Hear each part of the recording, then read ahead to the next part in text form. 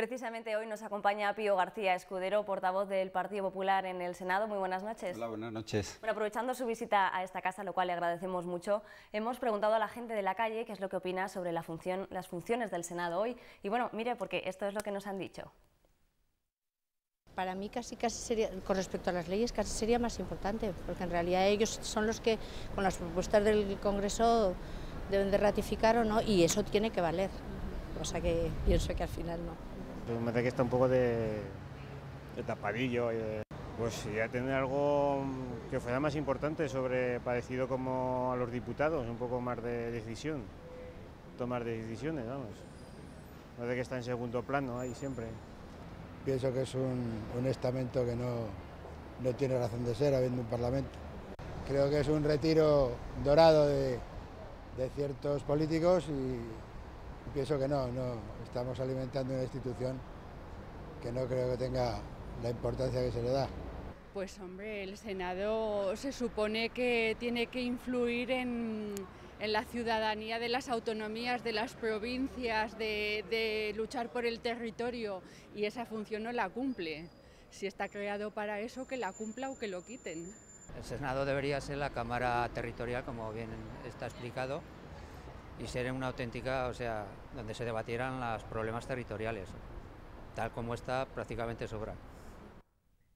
Pues ya lo han visto, ya lo ha visto Pío, poca utilidad parece que le dan al Senado. Usted, que lo vive desde dentro, ¿qué es lo que opina? ¿Cómo ve a la Cámara Alta hoy?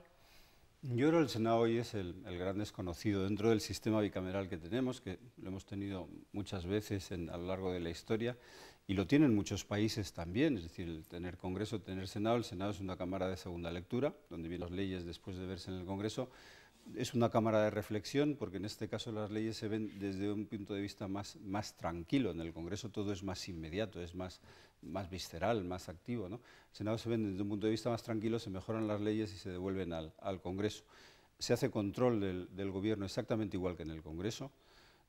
Se vigilan y se aprueban los presupuestos o no exactamente igual que en el Congreso, y el único problema que tiene es que, y yo creo que es un inconveniente para el propio Senado, es que cuando en el Senado una cosa se veta o se deniega, tiene que ser por mayoría absoluta del Senado, y en el Congreso ese veto se levanta por mayoría simple, es decir, hay una especie de desequilibrio entre las dos cámaras.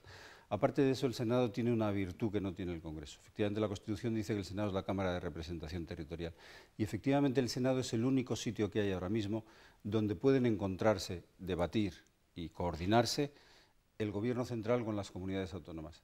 Desgraciadamente no se le saca el partido en este aspecto de coordinación entre el Gobierno y las comunidades autónomas, no se le saca el partido que se le debería de sacar.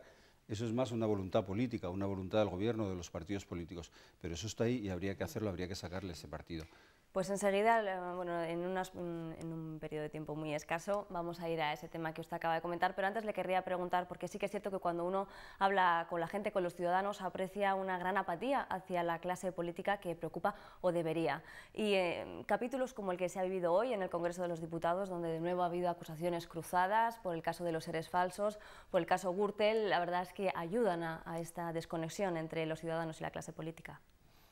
La corrupción siempre es algo que llama la atención y sobre todo en épocas de crisis económicas muchísimo más. La corrupción lo que hay que hacer es perseguirla. Para eso está la policía, están los jueces, están los fiscales, y perseguirla hasta la última instancia y condenar a todo aquel que haya incurrido en corrupción.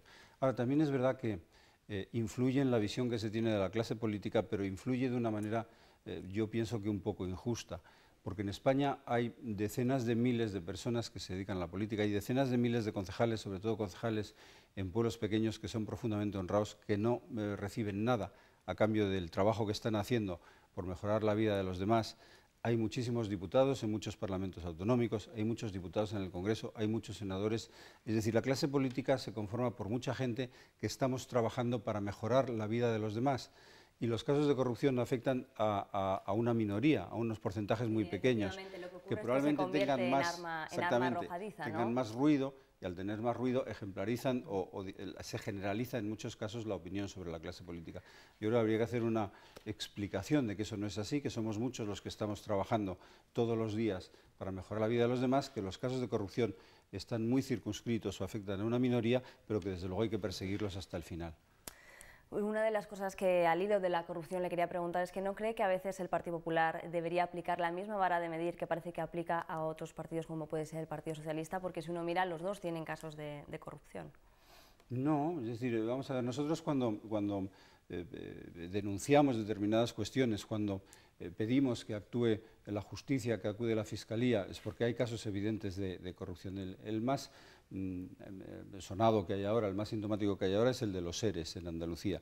El caso de Andalucía es escandaloso, es decir, que se hayan aplicado fondos destinados al paro, al desempleo, fondos destinados a las pensiones, fondos destinados a la formación, fondos destinados que vienen desde la Unión Europea a prejubilaciones a personas que no trabajaban en las empresas y que están vinculados al Partido Socialista, es escandaloso. Y nosotros lo denunciamos.